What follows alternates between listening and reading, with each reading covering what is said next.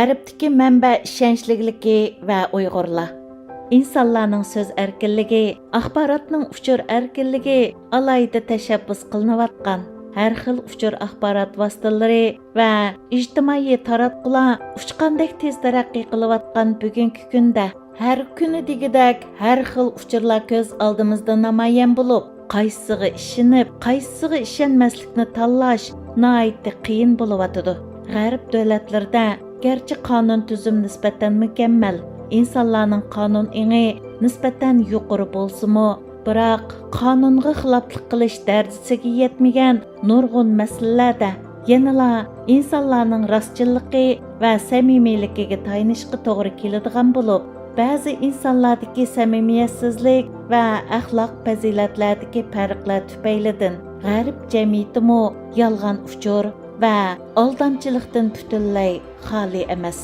Bo'libmi o'zaro zid bo'lgan har xil uchurlarning ko'pligidan odam ba'zida qaysisiga ishonishni bilolmay qoladi. Undaqda g'arbda nimaga tayanib insonlarning so'z erkinligi bilan so'zlagan so'ziga mas'ul bo'lishni, rostchillik bilan yolg'onchilikni, samimiylik bilan soxtapazlikni muvofiq bir taraf qilib, jamiyat tartibini nisbatan sog'lom davom qila olgan. G'arbda bu masalalarni ijtimoiy hukm nazariyasining bir qismi bo'lgan manba ishonchlikligi nazariyasi orqali bir taraf qilib kelgan. Undaqda g'arbdagi bu manba ishonchlilik nazariyasi qandaq bir uqum, u qandaq ishlatiladi? Manba ishonchlilik nazariyasi bo'lsa, insonlarning boshqalar va yoki ma'lum organlar, tashkilotlar ta'minlagan uchurlarga ishonish darajasini tadqiq qiladigan nazariya bo'lib, uni 1940-yillari tunji bo'lib Amerikalik psixolog Karl Holland bilan jamiyatshunos psixolog Muzaffar Sharif o'tirg'i qo'ygan. U nazariyada qanday qilib uchur ta'minlaguvchi bilan anglag'uvchi orasidagi ishonchni shakllantirgili bo'ladi degan masala ustida izlanishlar ilib berilib, u jihatda nihoyatda atrofli ko'z qarash va takliflar o'tirg'i qo'yilgan. Ular o'tirg'i qo'ygan uchur ishonchlilik nazariyasida uchur ta'minlaguvchining iqtidori, chiqishqoqligi, tamkinligi, xarakteri va ijtimoiy aloqa iqtidori qatorliq omillarning anglag'uvchilarning uchur ta'minlaguvchiga ishonish darajasiga zo'r darajada ta'sir ko'rsatganligini o'tirg'i qo'ygan. Ularning qarashicha iqtidor omili layoqat, mutaxassislik, rostchillik, innovat, ochiqlik, qimmat qarash va uchurdan xabardorlik ahvoli qatorliq 7 tarafni o'z ichiga oladi ekan. Chiqishqoqlik omili bo'lsa, jasorat, dodillik, so'zlashga petinish ahvoli va ovoz qatorliq 4 tarafni o'z ichiga oladi ekan. Temkinlik amili bo'lsa, hayajonlanish, salmoqlik, jiddiylashish va sovuqqonlik qatorliq 4 tarafni o'z ichiga oladi ekan. Xarakter amili oq ko'ngillik, esdoshlik, shaxsiyatsizlik va go'zal axloq qatorliq 4 tarafni o'z ichiga oladi ekan. Ijtimoiy aloqa iqtidor amili do'stonalik, xushxo'ylik va tabiiyati qatorliq 3 tarafni o'z ichiga oladi ekan. G'arbda uchur manbasining ishonchlik darajasini yoki so'z sohiblarining qilgan so'zining salmoqi va ishonch darajasini yuqorqi omillar orqali o'lchash tavsiya qilingan bo'lib, so'z sohiblari yoki uchur ta'minlaguvchida yuqorqi shart yoki omillarning qancha ko'pi hozir bo'lgan bo'lsa, ular ta'minlagan uchurlar shuncha ishonchli yoki ularning so'zining salmoqi shuncha ig'ir deb qaraladi. Ya'ni mundaqcha aytganda, g'arbda garchi hamma odamning so'zlash erkinligi bo'lsa-mu, biroq hamma odam so'z sohibi bo'la olmaydi va yoki hamma odam so'zlagan so'zning salmoqi o'xshash salmoqda bo'lmaydi. Xuddi bizdagi kivaz kuzdan, izzat o'zdan degandek, kimning hurmat va izzatga erishishi va qanchalik erishishi shu odamning samimiyatiga, bilim safosiga, singdirgan ajriga, ko'rsatgan tirishchanligiga, qozongan natijasiga va jamiyatga qo'shgan to'hfasiga bog'liq. Bir odamning davolay deb qo'ygan gapining hammasi gap bo'lmaydi. qilgan so'zining salmoqi bo'lish bo'lmasligi va qanchalik salmoqi bo'lishning ochqichi shu odamning o'zida. Bizda oqsoqollik qilma deydigan bir so'z bo'lib, uning ma'nosi bilarmanlik qilma, so'z salohiyating bo'lmagan so'rinda gapdonlik qilma degandan iborat. Undaqda qandaq odam oqsoqol hisoblanadi? Oqsoqollar odatda mahallada eng so'z salohiyati bor insonlar bo'lib, ular normalda ko'pni biladigan, hurmatga sazovar insonlardir. Undaqda oqsoqollarni yoki kimning so'z salohiyati borligini kimlar belgilaydi? Oddiy qilib aytganda, oqsoqollarni yoki kimning so'z salohiyati borligini xalq belgilaydi. Ya'ni bir inson o'zining bilimi, samimiyligi, rostchilligi, adolatligi, marhamatligi, jasoratligi, salmoqligi va izchilligi orqali xalqning hurmatiga erishadi va jamoat tarafidan oqsoqol deb e'tirof qilinadi. Undaq kishilar yolg'on gap qilmaydi, insonlarga rost va samimiy muomala qiladi. Ularning qilgan so'zining alohida salmoqi bo'ladi. Jamoat ularning so'zlariga ishonadi. Ularning so'zlarini e'tiborga oladi. Jamoat qiyin masalaga duch kelganda har zamon ulardan maslahat oladi. Bizdagi manba ishonchligi hukmi tarixdan buyon ana shundoq mahalla oqsoqoli va axloq fazilat diniy e'tiqod asosida davom qilib kelgan. Ya'ni biz mahalla oqsoqollarini har zamon ishonchlik manba bilib, ularga ishonib va ularni o'zimizga o'rnak qilib kelgan.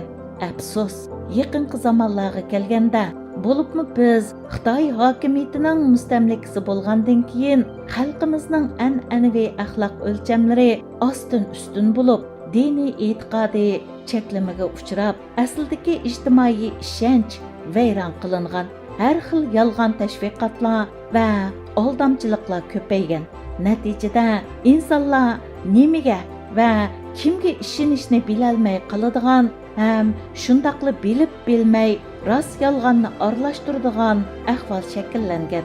Bu xil ahvol navbatda bizning kundalik hayotimizga singib kirgan bo'lib, agar biz bu masalani vaqtida tunib yetmasak va uningga nisbatan tadbir olmasak, bizning xalqarodagi bo'libmi g'arbdagi obrazimizga va da'voga ig'ir darajada salbiy ta'sir elib kelishi mumkin.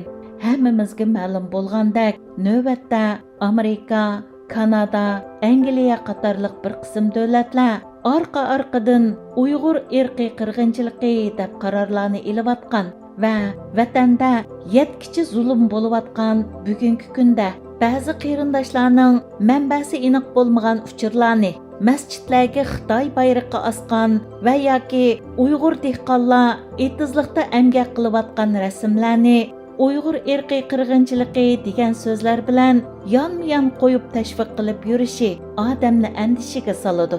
Albatta, Xitoy hukumatining vatandagi uchurlarni qattiq kontrol qilishi sababidan vatandan irqiy qirg'inchilikka isbot bo'la oladigan rasm va sin filmlarga erishmak oson emas.